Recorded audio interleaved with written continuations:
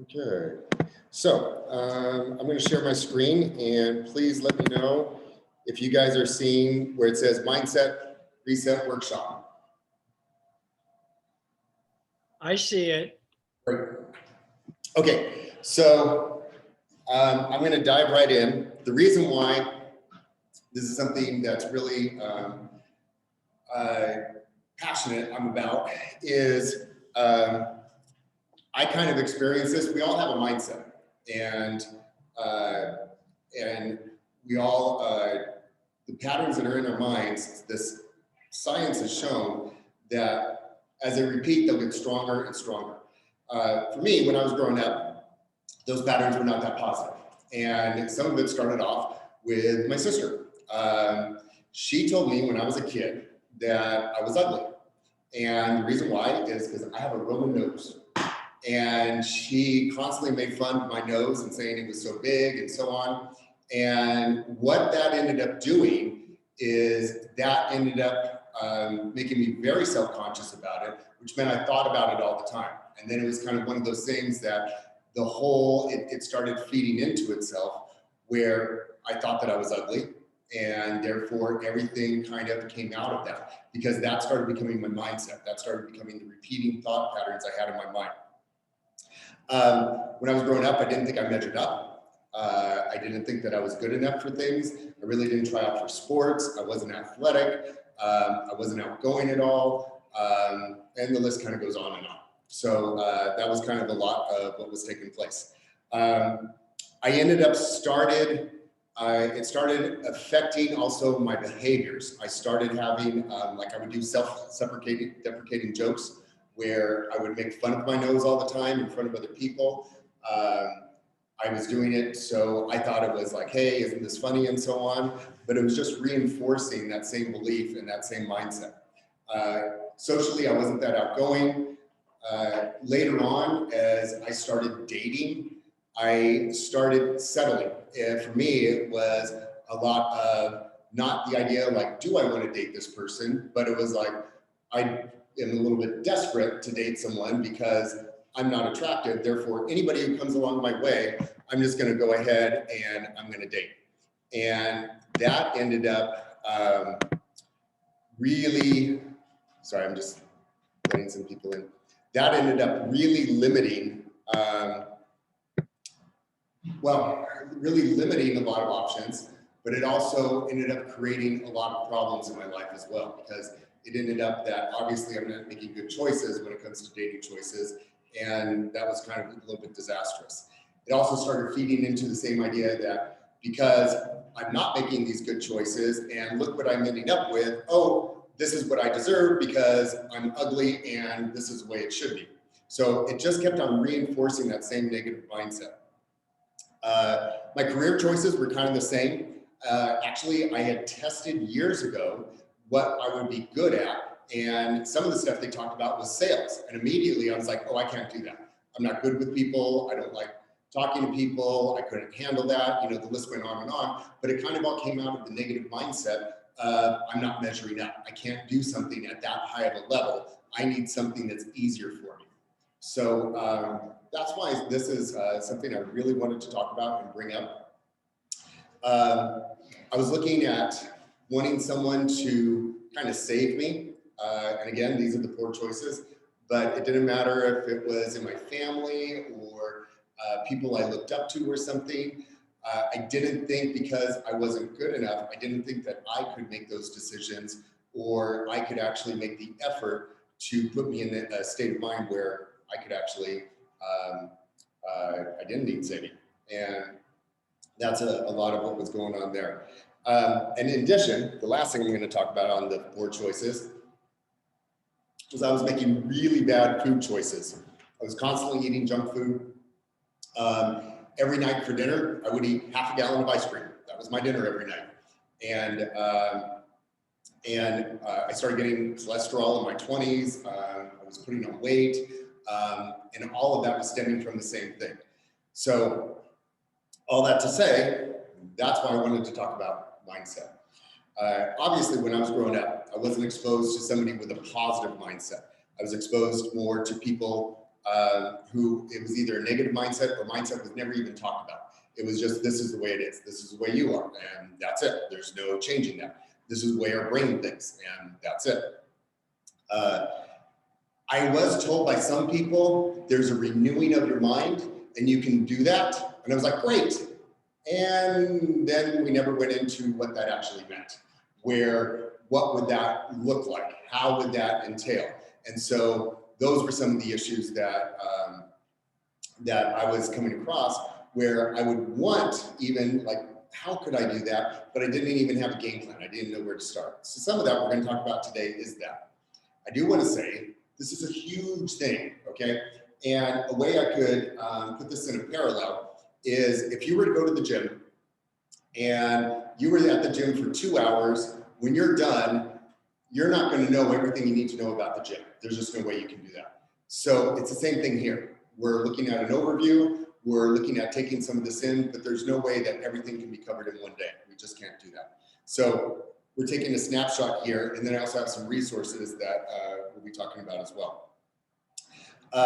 In high school, we did have some classes that were like, hey, these are think positive classes, but the funny thing is I look back and the person teaching it didn't understand what was being taught. So obviously it wasn't being communicated to us as students, and it was just something that was taught, but there wasn't any meat behind it. So one of the first times I was exposed to a positive mindset was by this woman called Linda Sievertson. And the first time I met her, I went to her home. She was a client of mine. And we started talking while I was helping her out with some things. And she just all of a sudden started opening up to me. And her husband, she found out, had just been cheating on her. And she had a kid in high school, and she wasn't sure what she was going to do. So there was a time that, you know, we talked about it, and I tried to console her. And then after that, everything, she was like, but I know I can do something. And that was just really positive. What I mean by I know I can do something, she was like, I know that I can make it on my own. And I know that things will be okay. And I know if I put my mind to it, that this can all work out. And that was something I was just really attracted to. But I couldn't put my finger on it at the time because I hadn't been exposed to a lot of talking about your mindset. But that's really what it was, is that even everything she was going through and with those challenges going on, she was able to go ahead and take a look at it and what could she do with it. So that was when I was first attracted to it. There's a quote. One of the resources I use is from Dr. Daniel Amen. And Dr. Amen, he started with some other fellow doctors. They started doing research on blood flow in the brain. And since then, he's really become an expert on a lot about the brain. Trauma, how we think, how we can change how we can think, all of those sort of things. And this is what he says. It's not positive thinking that ignores reality. Instead, I advocate accurate, honest thinking. And a lot of times when we talk about a positive mindset, it's not the idea that we're just putting blinders on and we're ignoring the facts around us, but it's more that we're taking in exactly the honest truth of what's going on and not filtering it through rose-colored glasses, but just the opposite. They're more blue-colored glasses where things don't look so good.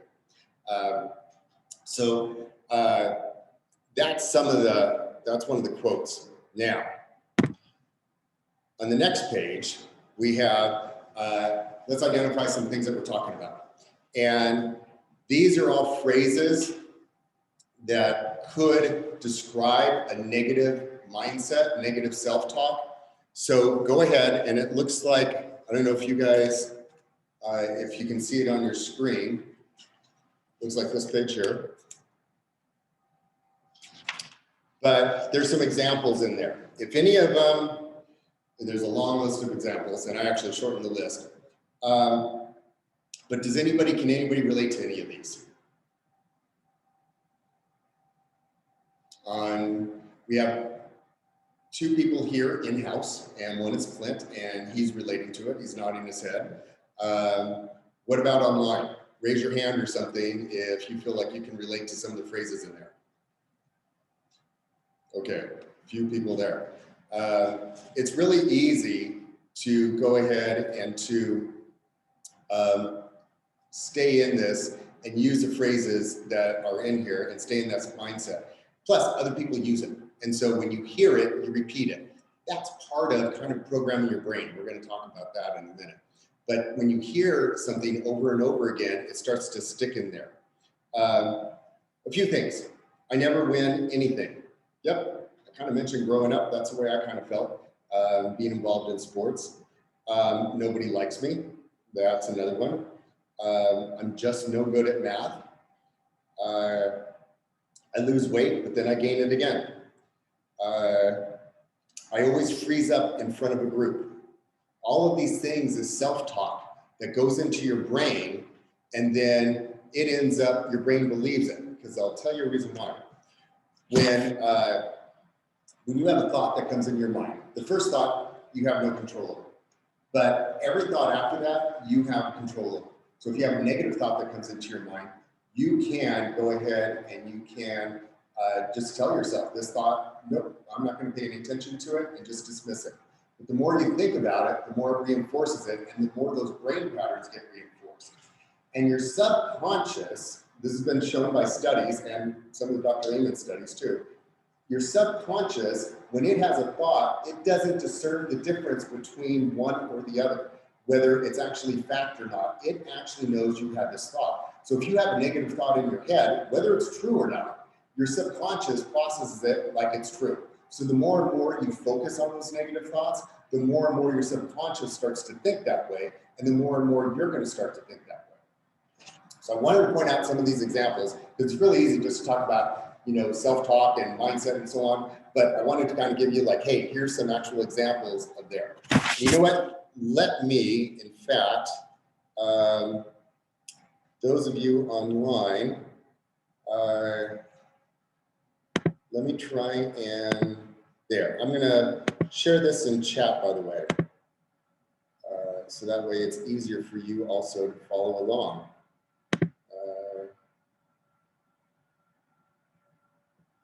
So bear with me just 1 minute.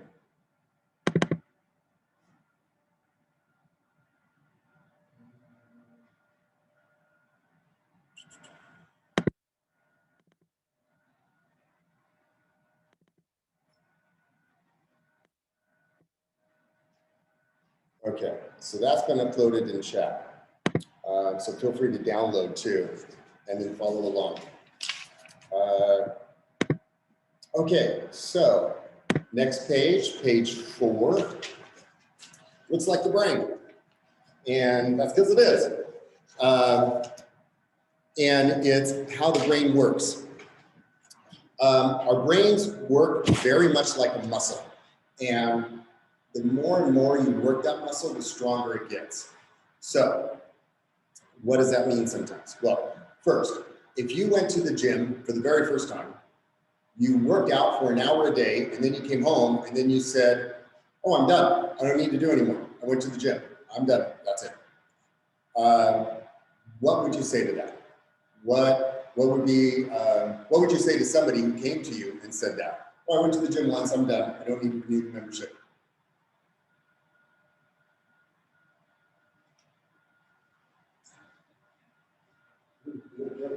Yeah. Okay, in-house we have, you know, you're joking, and of course I am. But we do that a lot of times with our mindset, is that when it comes to how the brain works, and you know, having like, okay, let me reinforce positive thinking, let me reinforce having an outlook that's going to be beneficial to me, we think about it once, and then we don't keep reinforcing it. And we need to keep reinforcing it because of two things. One, our brain has, as I mentioned, neuroplasticity, where the more and more your brain thinks about something, the more and more it continues to think about something. Then, and actually we have a phrase for that too, what you focus on expands. So let me just put it there. Okay. I noticed I did Scoopy with a bunch of little wood stocks. What you focus on expands.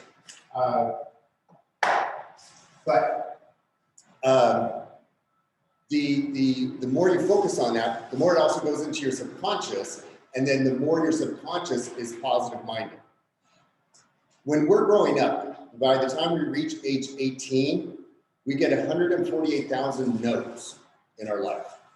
And the average is about 33,000 I believes in you, or positive statements. And so there's a big imbalance there. Now, mind you, a lot of times we get some of this input because it's good for us, because it's something to protect us. So I don't want to make it sound like sometimes when we get no's or that sort of thing, it's always from that point of view. It's just that there's that imbalance taking place there.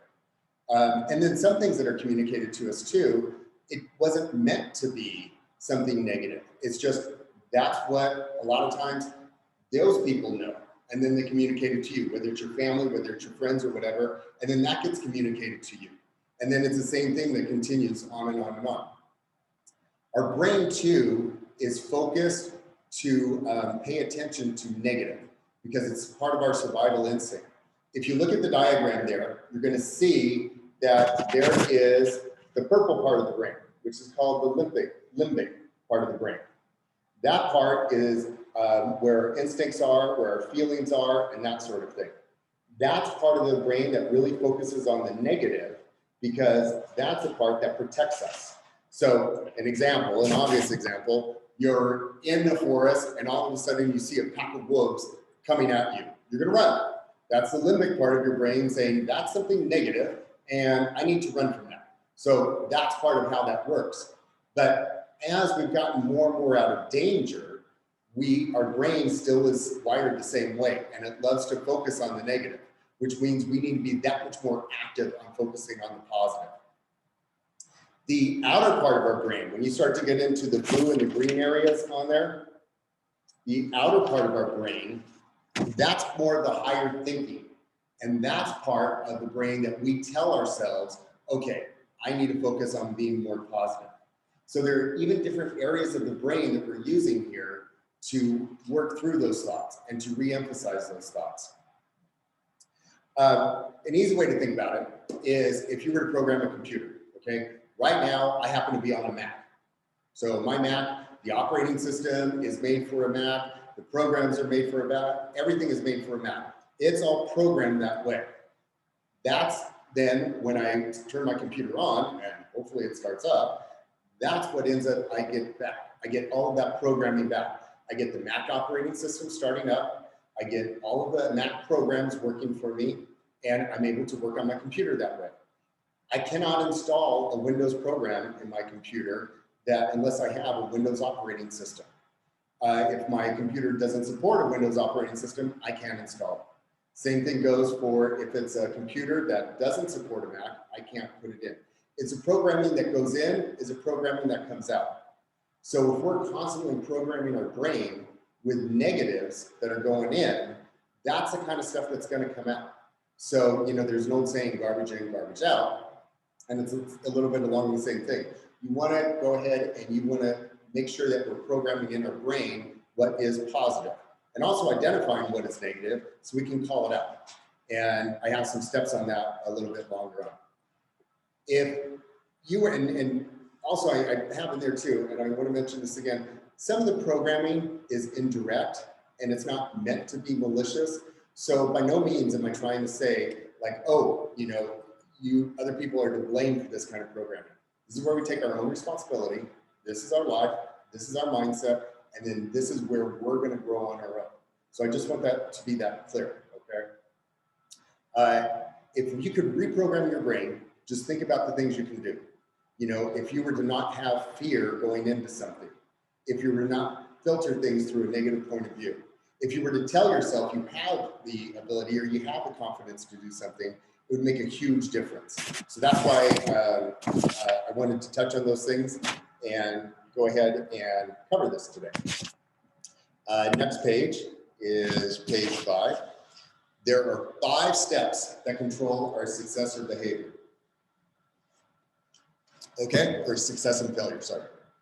First one is behavior. Obviously, that's the things that we do. So somebody give me some behaviors that we can control that would go towards something positive? I'm gonna write them on the board. Gratitude. Gratitude, okay. Well, I'll write them on the board when they work. Yay, gratitude. What's another behavior we can have? Satisfaction. Satisfaction.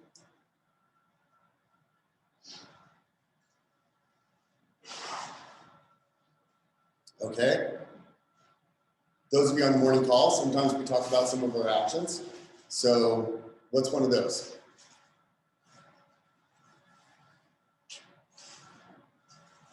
If you're muted, go ahead and unmute yourself. So like your emotions, your patience? Patience? Yeah, patience can be a choice. Okay, good. So those are just some examples out there. No Behavior reaction. except that most directly controls our success or failure. It's what we do or what we don't do. It's the action that we take or we don't take. That's what affects our behavior. What actually makes us do that? That is our feelings. Our feelings are what control our behavior. How we feel about something. That's how we make a decision a lot of times.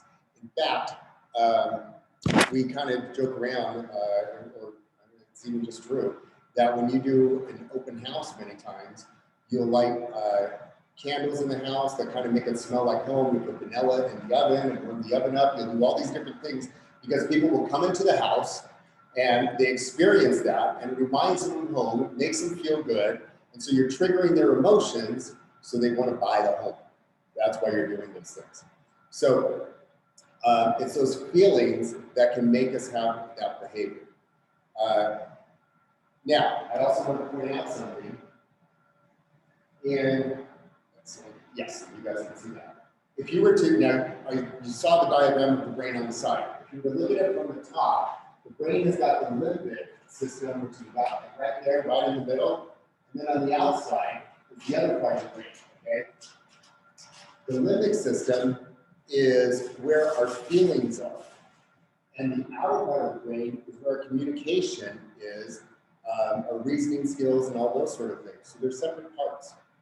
So that's one reason why if you have a feeling, sometimes it will directly control the behavior because this is how you feel and then it controls what you do. Your feelings, and we're just going down the line here, your feelings are created, controlled, or determined or influenced by your attitudes. Your attitudes are perspectives on which you view life. So how you view things. So, example, I'm driving here today and I really was cut off by somebody in a Honda Civic. So, you know, it depends on, what were my feelings on that? Well, it depends on my attitude. If my attitude was, while this guy's cutting me off, you know what? They probably have more important things they need to get to. I have plenty of time to get to the office. So it's not gonna bother me, no problem. Or if my attitude was, that guy cut me off and he shouldn't have cut me off. Well, then I get frustrated. So see, my attitude affected how I felt about the situation. And that ends up to being behavior. Do I end up cutting him off later, or do I end up just easing on the gas and letting him go? I'll let you guess which one I did. Coming out of our attitudes are created and controlled and influenced by our beliefs. What we believe about anything will determine our attitudes about it, create our feelings, direct our actions in each instance, and help us do well, whether we or poorly, depending on whether we succeed or fail. So whatever we believe, that ends up affecting even our attitude. So again, this guy cuts me off today. Do I believe that I'm the most important person in the world? Then that's going to affect my attitude towards him cutting me off. If I believe that I don't have to be the most important person in the world, then I can go ahead and he can cut me off and that's fine because that's his choice and I can just move on. Then our beliefs are created and directed entirely by our programming. That's what we're focusing on today, that specific starting step, how we're programmed. We believe what we are programmed to believe. This is again when whether we get programmed by something else or by other people, what we're programmed to think ends up affecting all of these steps. That's why we're studying this. Because programming creates beliefs, beliefs create attitudes, attitudes create feelings, feelings determine actions, and action creates results. The stronger your programming is, just like working out a muscle, the stronger it becomes. And you must do it over and over again. Again, nobody goes to the gym once and ends up reaching their goal. They have to do it over and over again. One thing I kind of want to bring up on that is in my family, we had a lot of negative programming. One of the things that I have with, I called her my crazy Aunt Linda because she was like the crazy person down the street with the cats, and that was my crazy Aunt Linda, and we all loved her. But I remember distinctly, we were at a family gathering once, and we were just talking about everybody watching what they ate and so on, and she says, well, we're just a big family. That's just the way we are. And that was part of her program, because that's what she was told by the rest of our family, and she's repeating that, and then that started getting handed down to everybody else in the family as well. That was sort of some of the programming that was coming through, and honestly, that was some of the negative programming, because that's not the truth. That was looking at it through a negative perspective, and I'm helpless, I can't do anything about this, that's just the way it is. And that's not the way it is. That's the sort of thing you have a choice whether you want to think that way or not. That's the time where you have a choice on how you want to program yourself.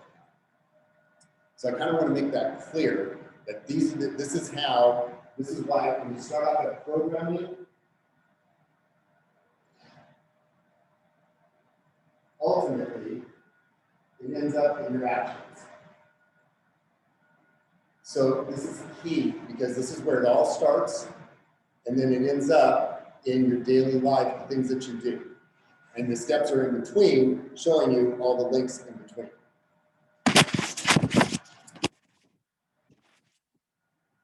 So,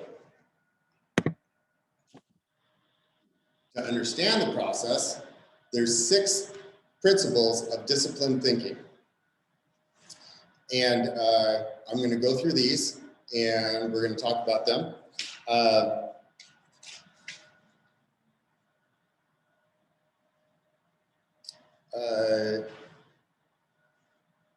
And what we want to do is talk about all the different aspects of when you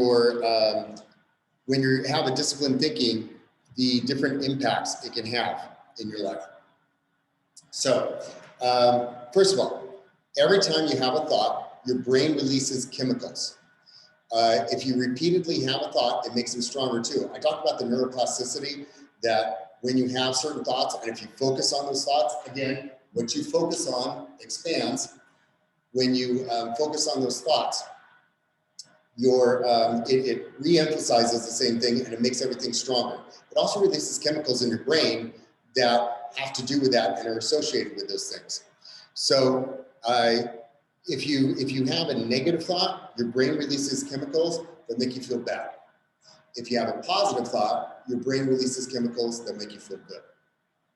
And it's been shown out there. This is the kind of stuff, this is more than theory. This is the kind of stuff that's actually been shown in studies, and it's been shown in research. Thoughts are powerful, and disciplined thinking principle number 2. Thoughts are powerful, and your body reacts to every single one you have. Every cell in your body is affected by every thought that you have, such as a lie detector test. We know that somebody cannot look at somebody else and like, oh, are they lying? Are they not lying? That kind of stuff. Their body's reacting, and they can look straight face, but all the little reactions happen just by telling a lie. The body reacts to that. And when you have a negative thought, your body's going to react to that. It was about 6 years ago, Jamal and I went to Vegas, and we stayed at the Palms. And we were on the 37th floor. And it was the condo part of the Palms, is where we stayed. And we had this great view looking at the valley. And on the view, you know, there, when you got onto the balcony, it was just glass panels. There was no metal even. It was just glass panels. Some brilliant developer thought, wouldn't that be great to have unobstructed views? For those of us who have a fear of heights, not so much. And I try not to and I really work at not letting my fear of heights control my actions. This is exactly what we're talking about here, you know, where it's like, hey, these are my thoughts, and then I start having reactions and it controls my actions. I have been to the top of the Eiffel Tower, and my best friend and I took a while to get there, but we enjoyed it, and at the end, we're having a great time, but I had to acclimate to it. When we were staying at the Palms, Jamal, he has no problem going out on the balcony. And so like he was having breakfast in the morning on the balcony and like, come on out. And I'm going outside like this, just like right against the wall, like, okay. And he starts to grab and he's like, well, here, let me take your hand. Don't touch me, don't touch me. You know, I'm like, no. My palms are sweaty, you know, I'm sweating. I'm like, oh, you know, and everything. My body is stiff. All my muscles are tight, you know, and I'm like, oh, and I'm thinking to myself, we're on the 37th floor. Why couldn't they put a freaking railing up here or something? Okay, that's what I'm thinking. So we stayed there. We had a great time. We came back and I started telling the story about it. And Jamal felt my palms and he's like, babe, your palms are sweating again. And I'm like, yeah, I know, because I'm reliving that moment. I'm not even in that moment anymore. I'm just thinking about that moment, but my body's having a reaction to that. That's part of all of this.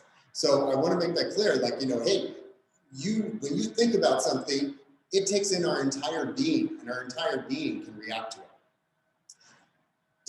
Discipline principle number 3, your thoughts are hardwired to be negative. Again, I mentioned before, you know, we have the limbic part of the brain, sorry. And this here is one of the most basic parts of our brain, right there in the middle.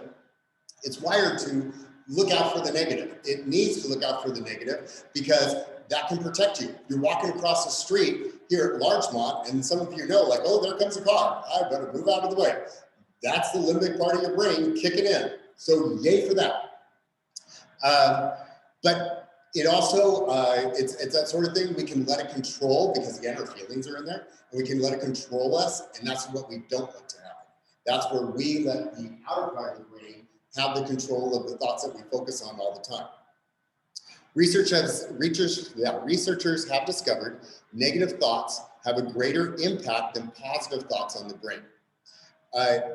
When you have a negative thought, it actually sinks in more and sinks in longer than a positive thought. A positive thought, it needs to stay in your brain. It is 12 seconds, I believe it is, before it even has an impact on you. Where a negative thought, it comes into your brain, boom. I got that from Dr. Amen's book. He was the one that they actually scan this stuff and they can see where everything is at. And so it just has a greater impact when you have a negative thought.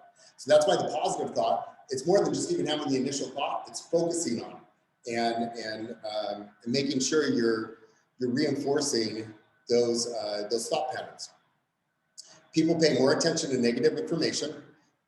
You know, we know that from newscasts and that sort of thing. You know, there was an old saying, if it bleeds, it leads. Because if it's negative broadcasting, where everybody's talking about all the doom and gloom, they're going to get more viewers, because our brain is just tuned to look at the negative and not the positive. 62% of the words in the English dictionary are associated with something negative, and 32% are associated with something positive. It's hardwired into our brains.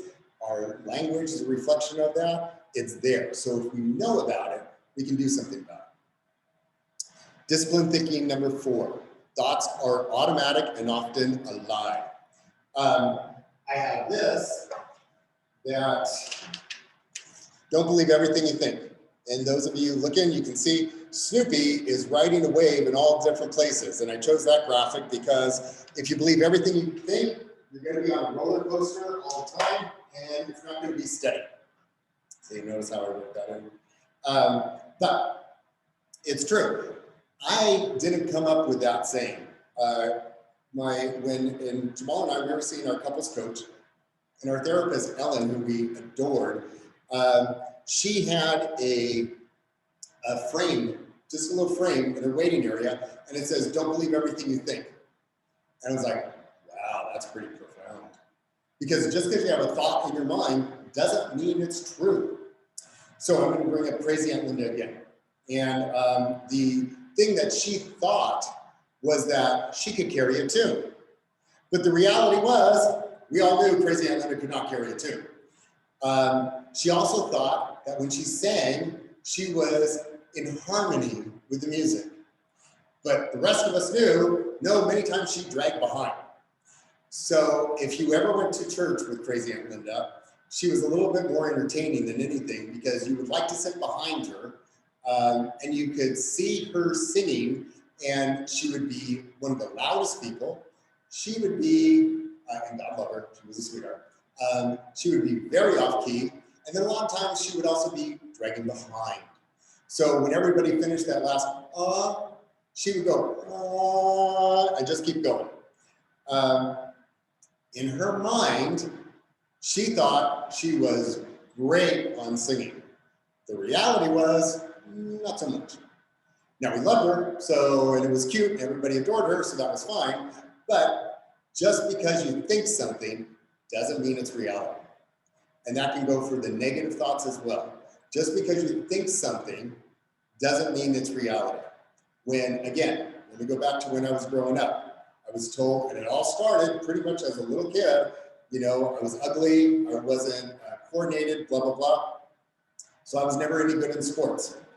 And I even, when I got into high school, I found ways to get out of PE class.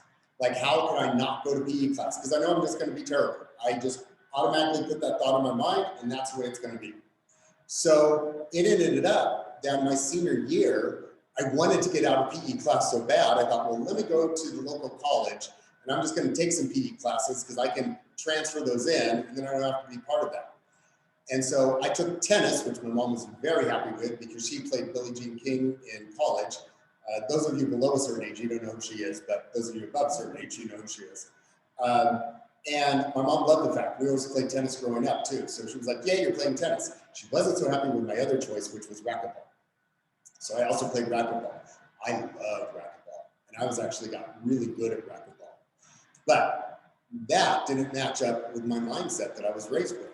I was really good in some sports, racquetball being one of them. But growing up, I kept thinking to myself, I'm no good at a lot of things and I'm really not worth a lot. Therefore, sports falls into that and I'm not going to be good at sports. What was in my head wasn't the truth. And that's when the negative thoughts can affect if you don't think you're good enough, if you don't think you can do something, if you have a certain outlook, and it's just not true, it's not true. And that's, again, going back to when Dr. Amen, the first quote I used at the beginning, the idea that positive thinking is looking at a situation accurately.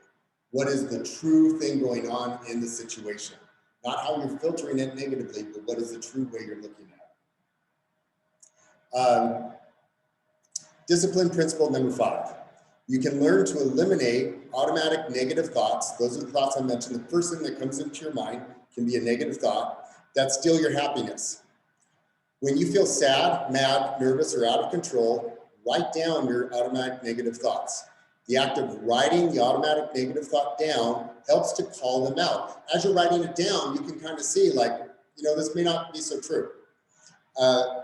It can help call them out. It eliminates them. And then it helps you replace them with more accurate thoughts, because what you're doing is when you're writing them out, you're going to be evaluating them. And as you're evaluating them, you start to realize that this may not be really true, and you start to dismiss it. Don't assume, because you just don't know what you don't know.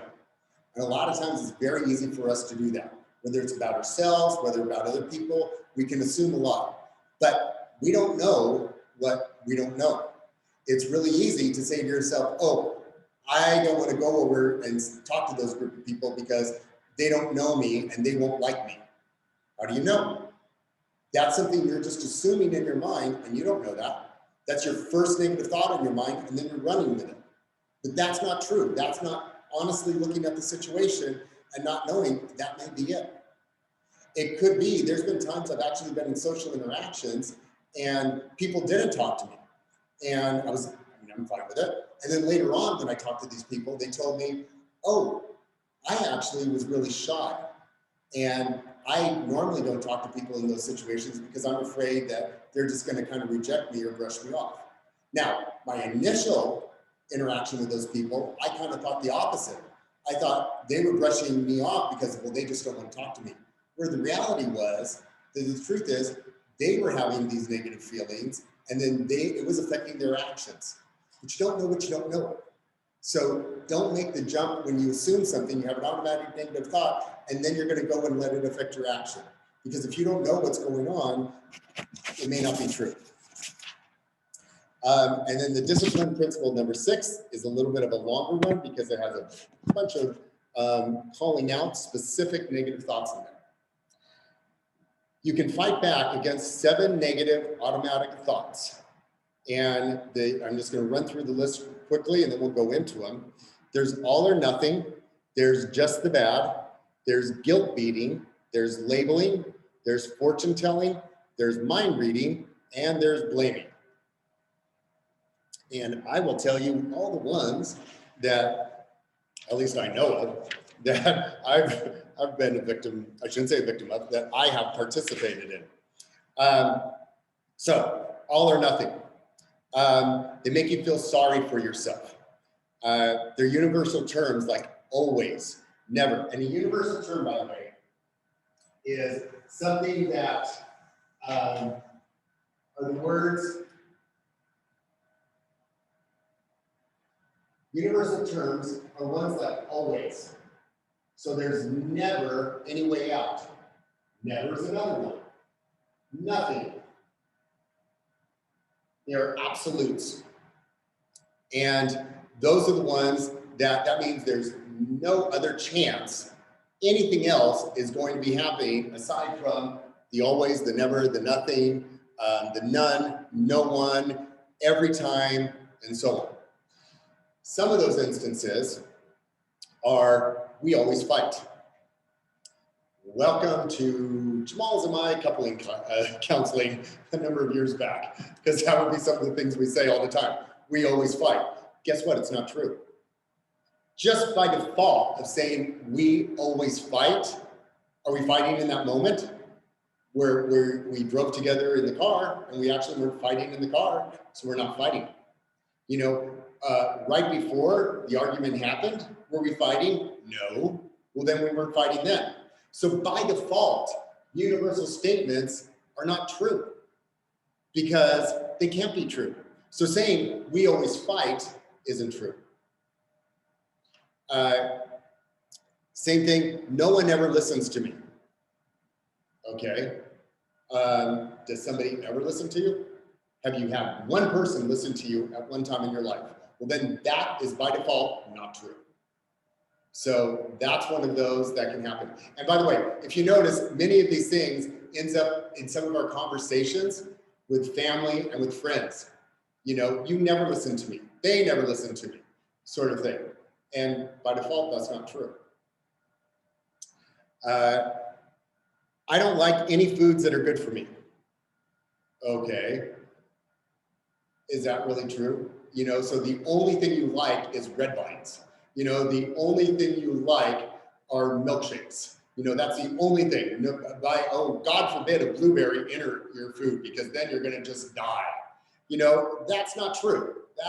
That's just flat out not true. Or then sometimes we also make an assumption. My kid yelled at me. Oh, I'm a terrible parent.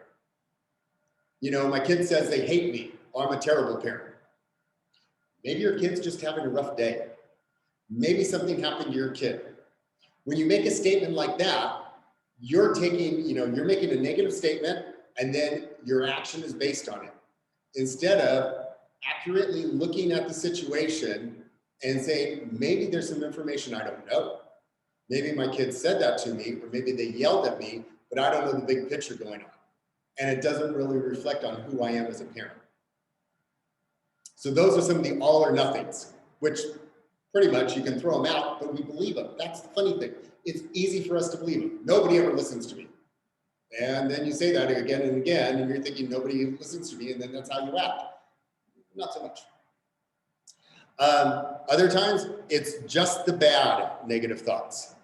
Nothing good is seen, just mistakes that are focused on.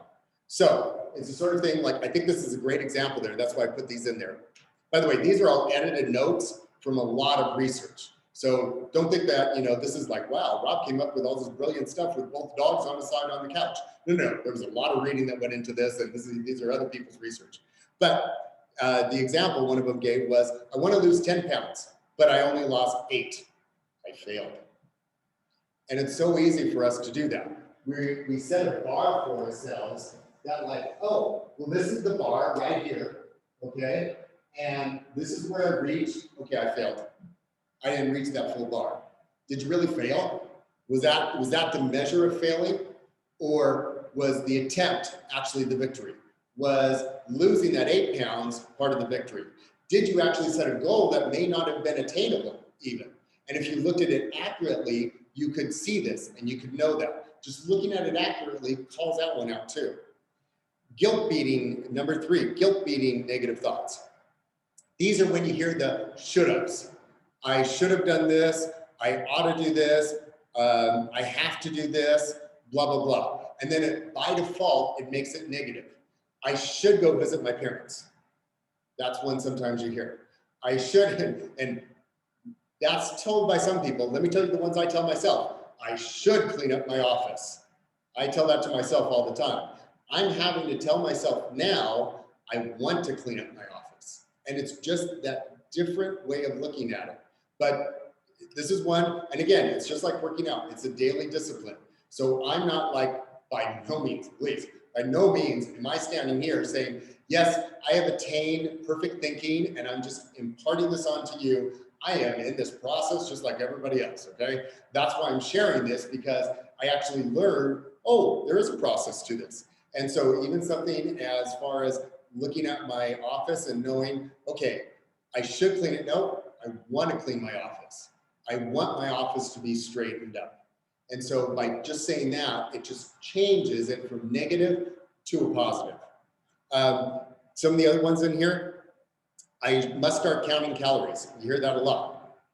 I want to watch what I eat. I'm looking forward to the results when I watch what I eat. Changing the phrasing makes it a positive and completely changes your experience on it. I like that a lot. That's really amazing to turn it around like that. Yeah, it really makes a difference. Mm-hmm. And I mean, seriously, when I looked at my office, because I get paperwork, I get this, and then I have things I have to go through and it starts stacking up. I'm like, gosh, I'm like, okay, Shih Tzu, I need to just clean the office. And I'm like, okay, or when I think about it, I want to clean the office because actually, when my office is clean at home, I love my office. So then that's how I'm looking at it instead. Not browbeating myself. I want to live in this environment. Yep. Labeling, number 4, labeling negative thoughts. So whenever you label yourself or someone else a negative term, you inhibit your ability to take an honest look at the situation. So one of the ones, I'm an idiot. Yep, I'm an idiot. Are you really an idiot? Is it something you just overlooked? Is it something that maybe you're human, okay? Hate to tell everybody on the call, but in this room, we're all human. So sometimes you just got to give yourself some of that grace. And it's not the idea you're an idiot. I'm just lazy. Are you really being lazy? Is that what's going on? Because it's so easy to put it there. And when you say I'm lazy, then again, we talked about this just a little while ago about the thoughts repeating in your mind. Then you start to think, oh, I am lazy. Then that reflects your actions. It reflects your attitudes. Everything that goes into it is about being lazy. And so that's a sort of thing where it's like, no, you don't want to label yourself like that. He's a jerk. Is that person really a jerk? And that's the sort of thing it's really easy to label, but is that really what's taking place?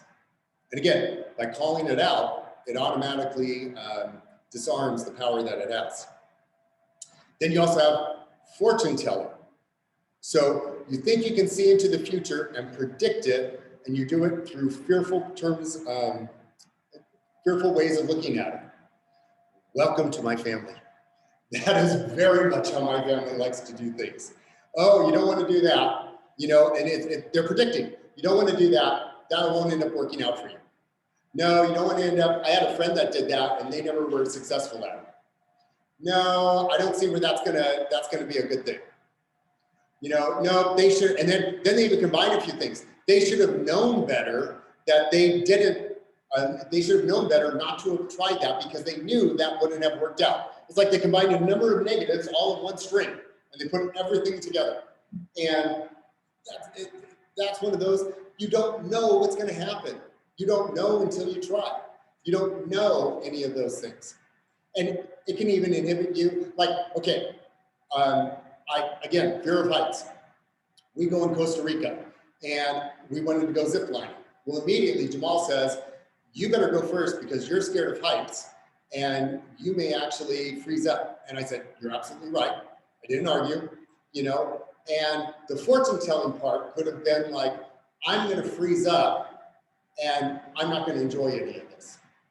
Well, I ignored that. I mean, it was the first thought that went in my mind. I'm going to get to that platform, and when it comes to me jumping off, and I'm just tied to this little string going across this huge valley, I'm not going to be able to handle it. I'm like, nope, I can't think about that. I couldn't focus on that. I was like, I'm going to enjoy this. So I was actually putting positive thoughts in my mind and looking towards what was going to happen. And they pushed me off, and literally none of that was true. None of the fortune telling was true. I looked back at Jamal and I said, this is the best effing thing that we've ever done.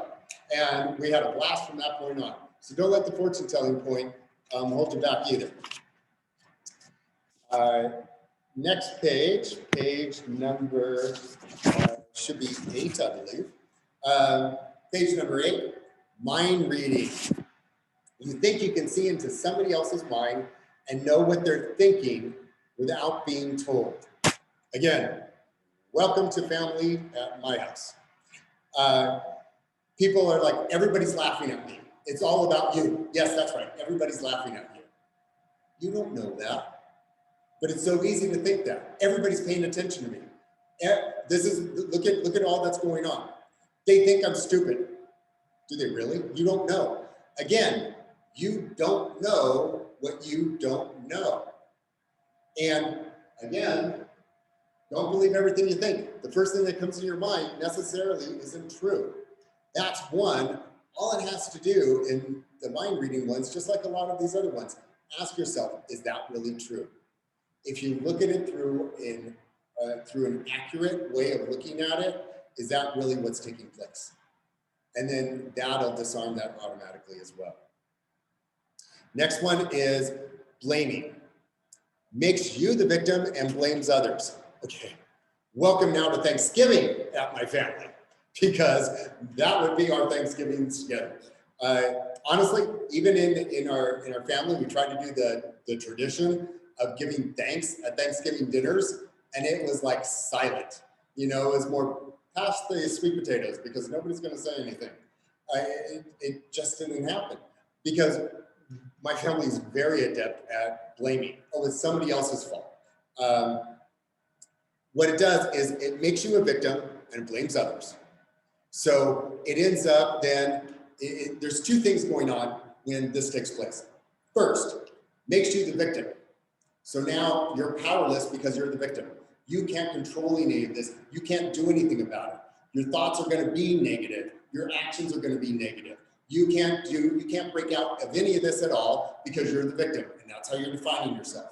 And then also, guess why you're the victim? Oh, it's not my fault. It's their fault. They're the ones creating the situation. I'm going to blame them because they're the ones who made me feel this way. Well, okay, we just went through that list. They didn't make you feel this way. You chose to feel this way, okay? So take responsibility. They made me not want to go. They made me, no, you could have gone. You know, were they taking away the keys to your car? No. Did they take away the Uber app on your phone? No. You're the one who made that choice. Don't it doesn't allow you to admit your own mistakes and learn from them, learn to fix them, and learn to grow. When you do the blaming game, when you do that, okay, it's I'm the victim and they're the ones who caused this, it doesn't allow you to accurately look at the situation and then ask yourself, is this really what's going on? And then if there's something you can do to fix it, it doesn't let you do that. And that's the big growth factor. That's a part of when you may be taking a situation and even making it positive. You know, that's something that allows you to grow in that way. So the blaming one is a huge one. These are the ones where sometimes you hear things like, my parents never let me learn how to play the piano. Okay, is there anything preventing you now? Is there anything that's going to prevent you from the future? Is there a way you can make that happen? If there is, well, it's not really their fault, is it? But it's really easy to be the victim and then to blame them for that. He did it. She did it. She made me do it. They made me do it. Did they really make you do that? They made me mad. No. Your choice was to be mad. I just talked about a Honda Civic boy on the drive here today who cut me off. And I went through all the different things. You know, I was able to walk you through like my programming. My programming affects my, and you know, we go through the list of all the different things. And ultimately, then my actions are at the very end. So depending on how it goes through all those things, and depending on my programming, depending on my beliefs, depending on my attitudes, ends up dictating what takes place. So they did not make me angry. I chose to think this way. I chose to be angry, or I chose not to be angry, which today was, you know, all honesty, I started off being angry and then I pulled back and I accurately looked at the situation. I realized I don't need to think this way. So I didn't. So I just went ahead and let it go. Okay. And the last page is 7 strategies to master your mind. Now, we just went through a bunch of stuff. And it may be you're thinking about a lot of this and you're like, wow, there's a lot of layers to this. There are a lot of layers. In my late 20s, I started seeing a therapist, and I would go in and I would see her once a week. And some of the stuff, and again, I'm coming from the mindset, I'm ugly, I'm really not worth anything, I'm not that talented, I'm not gonna be that successful, nobody's really gonna want me around, blah, blah, blah. So I'm sitting on her couch and I'm just crying, you know, my eyes out to this woman.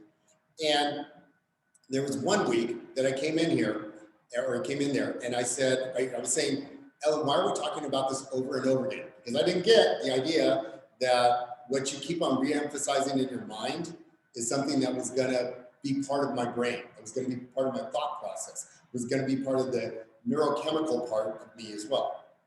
And so she said to me, she goes, you're gonna be like an onion. We're just gonna have to keep peeling and keep peeling and keep peeling and slowly keep on getting into your mind that it's not that way. And what she was telling me at the time was, we need to re-emphasize the positive thinking.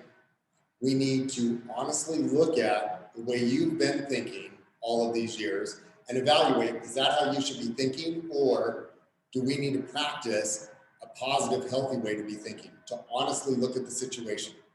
And so then that's what we did. But that's part of why I'm bringing this up, is because all of those negative things were coming into play with me. And then as we're going through and working through these things, it was constantly evaluating, constantly looking at those negative thoughts and constantly evaluating, is that accurate? Is that really true? And then that began to play out. And also, it wasn't overnight, because just like working out, it took a while. I have another example. I had, growing up, pretty crooked teeth. So a few years ago, I got these things.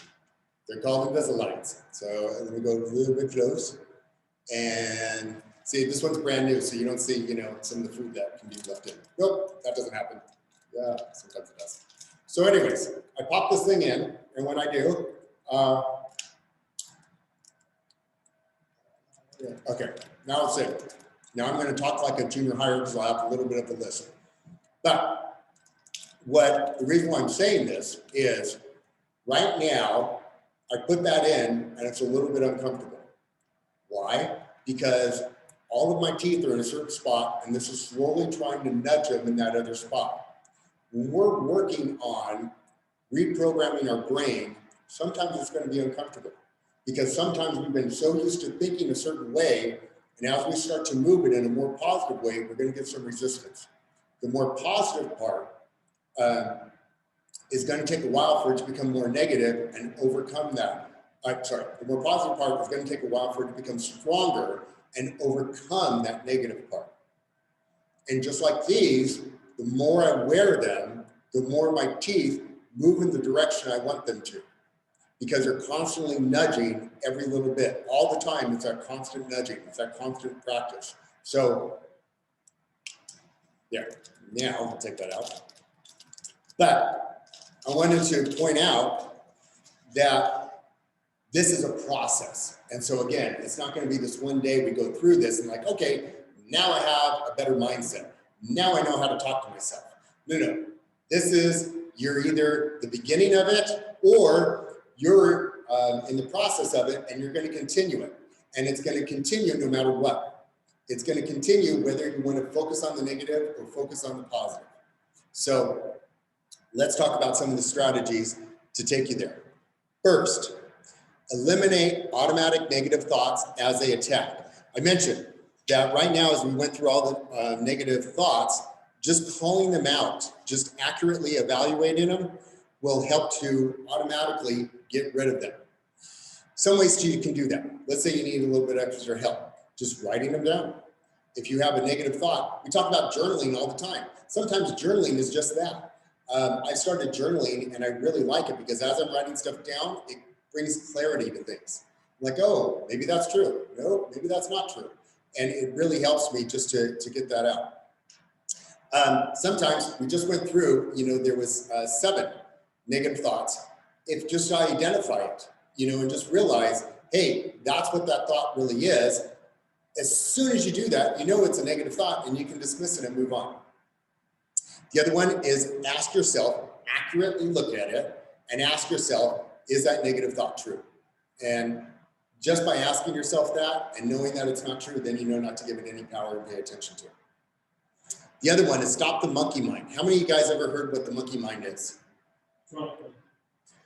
Monkey mind it was originally termed thousands of years ago it was a Buddhist, and he was talking about how the monkey mind goes here and here and here and here and never focuses.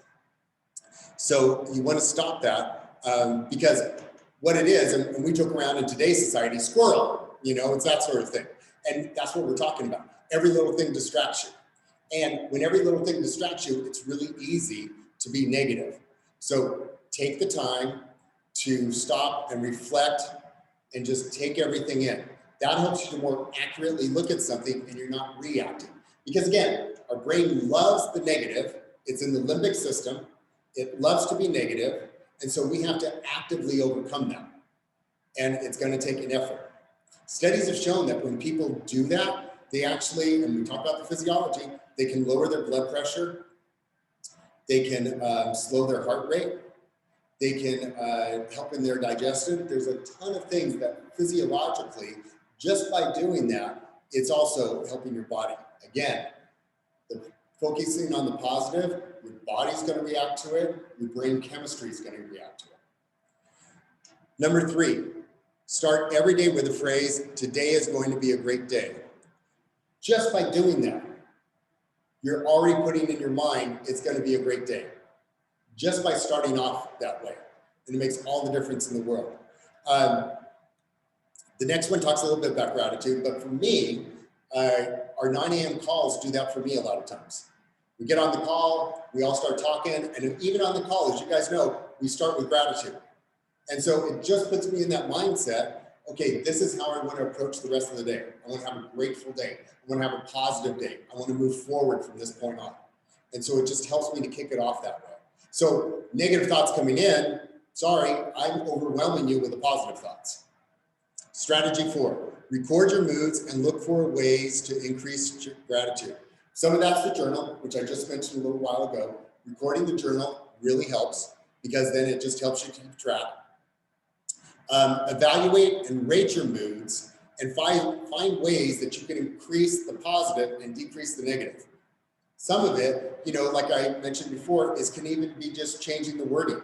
When you take the one negative thought, that's always the should have. I should have done this. I should have done this. Oh, I want to do this.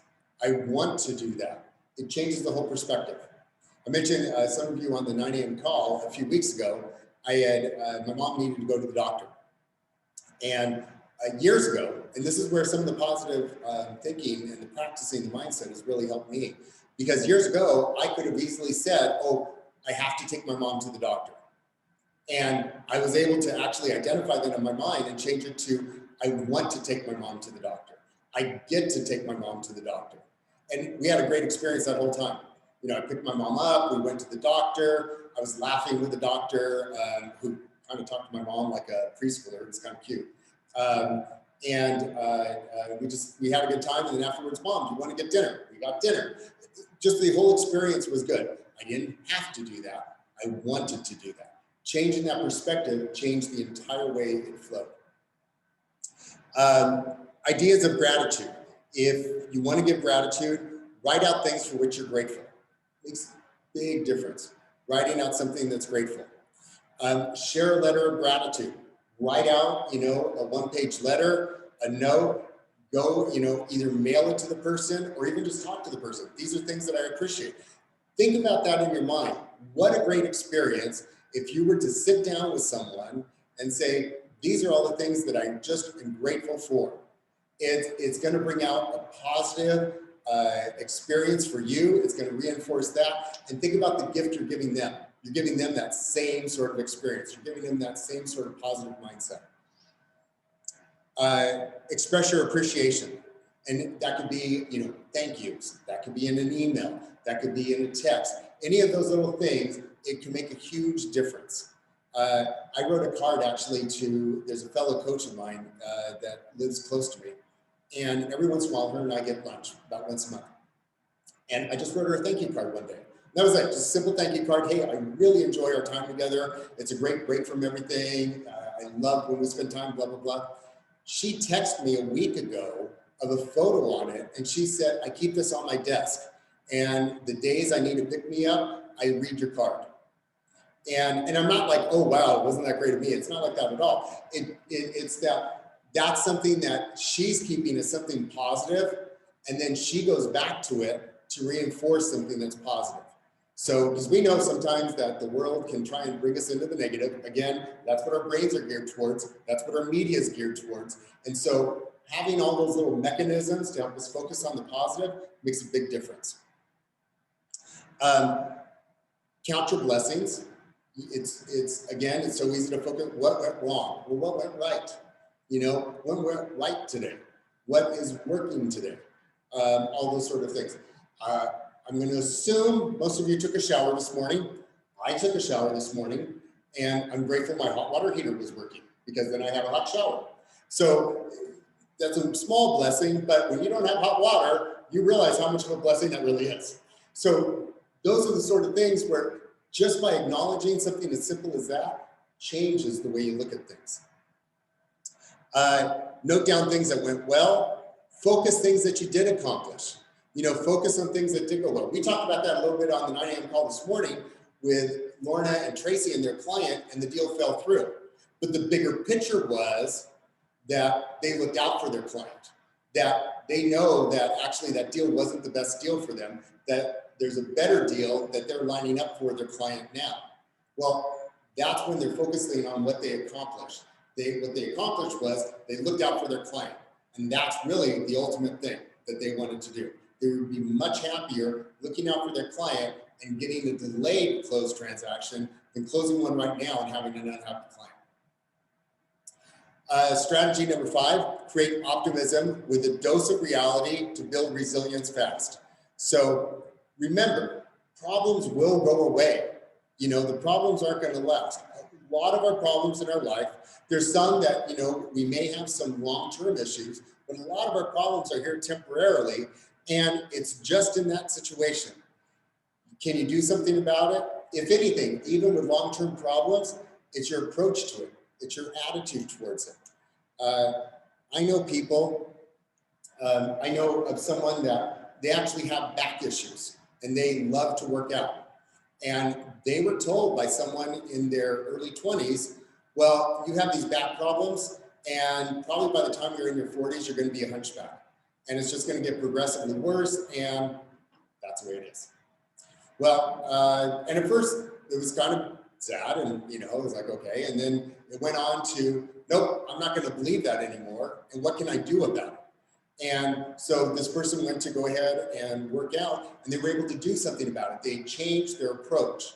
And because of that, actually, also physically, their back issues are under control. That all the doom and gloom predictions, you know, all the fortune telling didn't take place. Strategy 6, change your perspective. We are not controlled by events or people, but by our perceptions of them. Okay, let's read that again. We are not controlled by events or people, but our perceptions of them. What controls us? It's our perspective. How do we look at something? How do we program our brains? What is the talk that we have to ourselves? How does that affect our attitudes? How does that affect our beliefs? How does it affect all of those things? That's all of our perception. What we do with that ends up controlling how we deal with something. And then it's always good to take somebody's perspective. And the book, Feel Better Fast and Make It Last, Dr. Daniel Amen loves the movie Pollyanna, because basically the Pollyanna point of view is with all these negative things happening, it's always a positive outlook. And recently there was a series released called Ted Lasso that's almost the same sort of thing. And if you get a chance, watch those, because it's just somebody else's perspective that can take any situation and make it into a positive. How can they look at it and be a positive? Jamal and I, we've been trying to really practice on this. So things like when things have gone wrong with the cars, like when actually 4 years ago, I was T-boned really bad in a really bad auto accident. And I even had a really bad concussion out of it. And we kind of changed our perspective on it. And it wasn't, oh no, I was hit. It was literally, I was hit and I would have been pushed into oncoming traffic. It just happened to be that where I got hit, there was the median with a curb there, that I hit that curb and I didn't go any farther. And on the other side were literally diesel trucks coming the other way.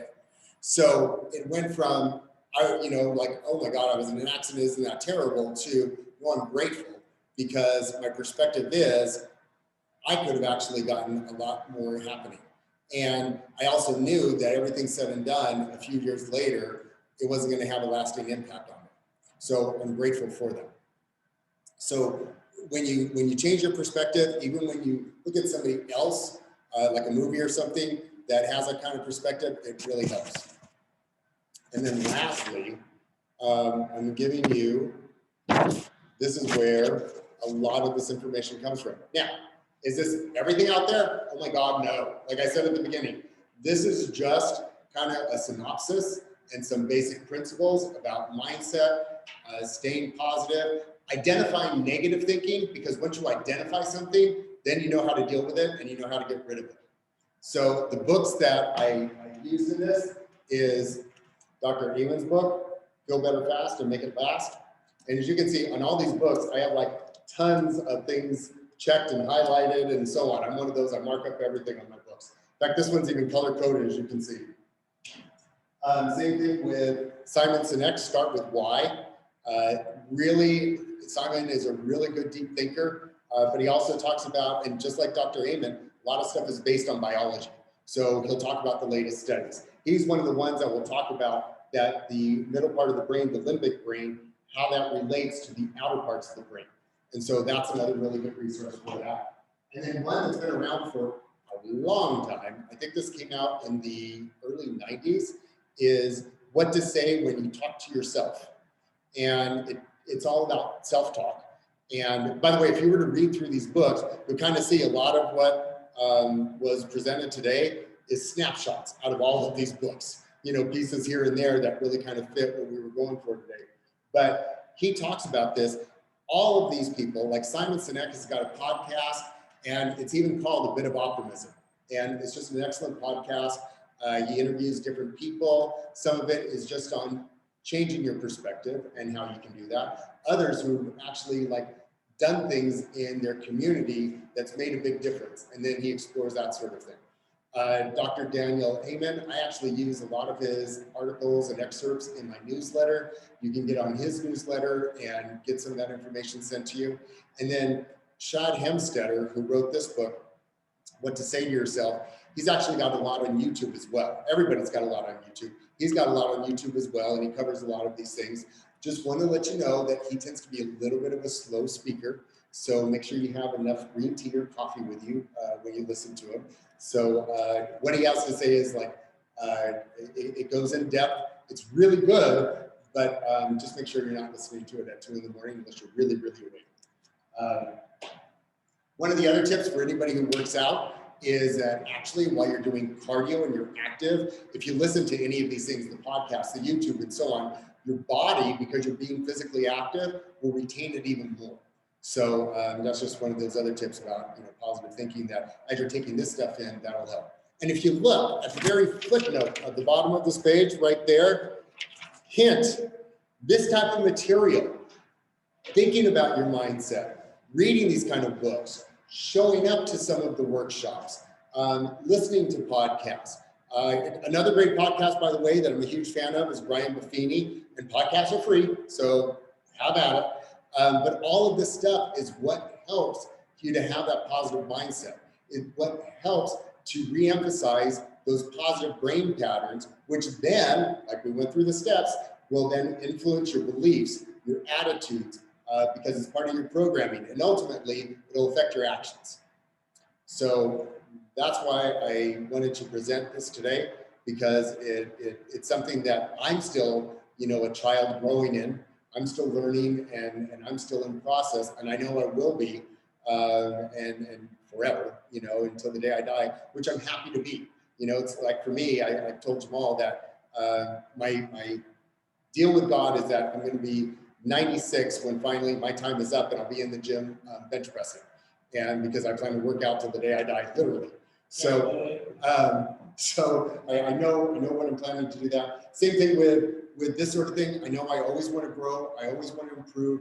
I always want to improve my mindset, because it's just nothing but a better life in return. So thanks for being here. Thanks for being here in person. Thanks for being online. Thanks for our technical issues. And thank you. Thank you. Thanks. Great class. Thank you.